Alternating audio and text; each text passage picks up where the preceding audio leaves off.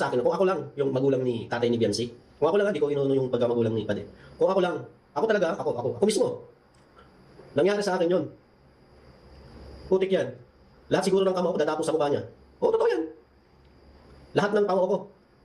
Lahat ng lakas ko ipaparamdam ko sa kanya kung saan ako ginawa. Utang nila nila. Ang lakas ko ibubusok sa kanya. Good morning, good afternoon at isang papagpalang gabi po sa lahat nating mga viewers natin. So ito na nga po, reaction video po ulit tayo dito sa viral or issue ngayon patungkol dito sa inilabas na ganito kasi yun mga balbas, no? May nakalap tayong balita ngayon kahit sa mga reactor ng Kalingap ay andyan na, no? Yung issue na ito yung kay pas natin, no? So ngayon naibalik uli. Alam mo yung nasa reels ng FB mga balbas natin, nandun kasi yung isang vlogger, no, nagda-live or ito nga sinasabi doon sa FB reels na itong tao na ito nagla-live, then meron siyang sinabi, binanggit doon sa Baby Boy, no? So sino nga ba si Baby Boy mga balbas? Siguro alam niyo na siguro kung nasa Kalingap kayo at alam niyo na siguro kung bakit galit na galit siya, no, dito sa Baby Boy dahil nga doon sa nangyari mga balbas, no? Pero wala rin naman ng ebidensya, no? Ito lahat ng ito ay wala mga ebidensya po, no? So dito nga sinabi mismo niya sa live niya na kung ako daw ang nagiging ama, no? Kung siya daw si Pade, no? Parang alam na natin kung sino. Kung siya daw si Pade ay ibubuhos daw niya lahat ng suntok, lakas, no? Doon sa kanyang kamao, doon sa boy na yon mga balbas, dahil doon sa ginawa, no? So sobrang sakit or sobra ng galit nito, no? Gustong manakit talaga ito, no? So ito si Rizin doon sa Baby Boy mga balbas natin. Si Baby Boy sino ba? No? So yun nga, at i-describe niya kung gaano daw or anong gagawin niya doon sa Baby Boy kung sakali man na siya yung tatay, no? So yun nga, sobrang lakas daw, lahat ipunin niyang lakas para daw, no? Yun ang sinasabi niya dito para magawa niya at ibuhos niya ang kanyang lakas doon sa suntok para magdatamaan daw ito si Boy. Ganun po ang seste ng mga balbas, no? So dito ay naantig ang puso at parang may alam dito itong babae na to, si Ma'am Lermy, dito at nag-comment doon sa reels na yun mga balbas, no? So ang sinabi niya doon, pero hindi siya ang nag-upload nito, iba ang uploader to mga balbas. Doon sa mismong live ito, no, kinat lang yung video na yon, ginawang FB reels at in-upload niya, no? So ito nga yung vlogger na ito ay nagla-live, then nag-comment siya doon. Ang sabi niya rito, bakit ikaw nung nangabit ka ba sa membro ng Kalingap?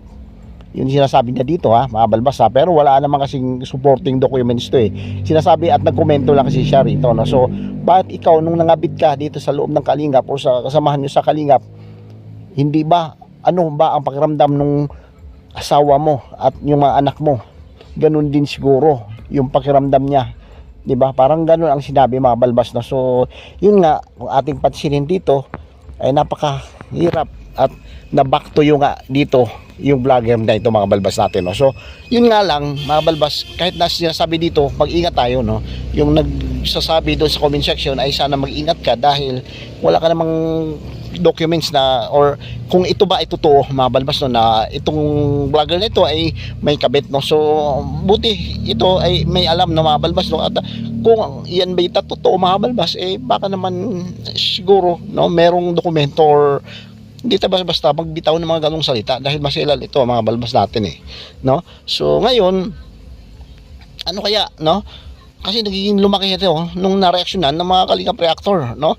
Imbis sabihin mga balbas mayroong babalik or merong restback dito si nasabing vlogger na ito mga balbas natin, no?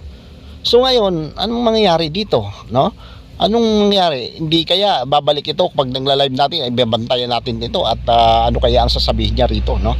Doon sa Hindi, para sa akin, kung ako lang yung magulang ni tatay ni Biancy, kung ako lang, hindi ko inuno yung pagkamagulang ni Pade. Kung ako lang, ako talaga, ako mismo. Nangyari sa akin yun. Putik yan.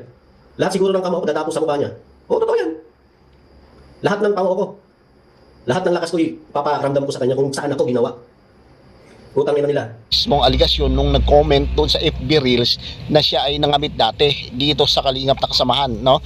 At hindi ba daw sumama ang pakiramdam mo? Ano kaya ang galit or gaano kagalit itong kanyang asawa at mga anak nito nung ginawa niya ito, no? So pero ganun pa man mga balbas, wala kasing dokumento or supporting documents na nakapagsabi na nangamit siya, di ba? Kaya mag-iingat tayo sa ganitong klaseng pagbitaw ng mga salita, mga balbas natin. So yun nga, ano lang rito dahil private dapat, no, or ito kasi ay medyo masilang bahagi ito, no, so hindi dapat pinag-usapan kasi lumihis na tayo sa issue eh. Ang issue dito ay yun nga lang, no, mga balbas, ay naisama na ito at nabigyan ng hindi dapat na bigyan ng reaction or itong komento na ito dahil nga stick lang tayo dapat dun sa issue na sinasabi na dito, no, sa charity vlogger na ito. Pero hindi rin natin masisi kasi itong mga viewers, no, na magbigay dito kasi ang alam nila kasi na okay lang, di ba? Pero na back to you si vlogger, no, di ba mga kabalbas? Hindi mo niya na siguro inisip na kung anong galit niya dito sa baby boy na sinasabi ay may balik pala, no? May alam din kasi yung mga viewers dito, mga balbas. So nagiging issue lang, no, dito dahil na reaksyonan ng iba. At sa atin naman ay wala kung saan man, very neutral naman tayo dito. Ang sa atin lang dito ay sana, no, magiging maayos ito at lalaki kaya ito, mabalbas, kasi kung di maayos to eh baka mamaya, di ba, magkaroon na ng gulo at hanapan kayo ng dokumento or supporting documents ito, no, na sinasabi mo na nangabit itong vlogger na ito at dito sa Kalingap. So kasiraan ito sa Kalingap kasi marami at ito nga, no, ang masasabi natin na okay lang sa kanya dahil nagkomento siya ng ganyan, pero may mga reactor na kasi na nag-reaction ay sirang-sira dito at sa bagay kasi wala na rin ito, no, yung mawala na sa Kalingap, mga balbas natin. So yun nga lang, no, parang nakalagay din kasi na may pang-Kalingap ng pangalan at damay dito yung community ng Kalingap, mga balbas natin, no? So kung doon na wala na sila dito sa Kalingap, eh yung paman, di ba, may pangalan na nakalagay doon sa nagkomento dito sa FB Reels ni charity vlogger na ito, no? So yun lang po ang aking masasabi, ay mag-iingat po at magbitaw ka ng salita na ikadagagalit din ng iba, eh mas better at much better talaga na mag-isip mo na bago ka magbitaw at bakit ka galit na galit dito sa baby boy na sinasabi. Okay?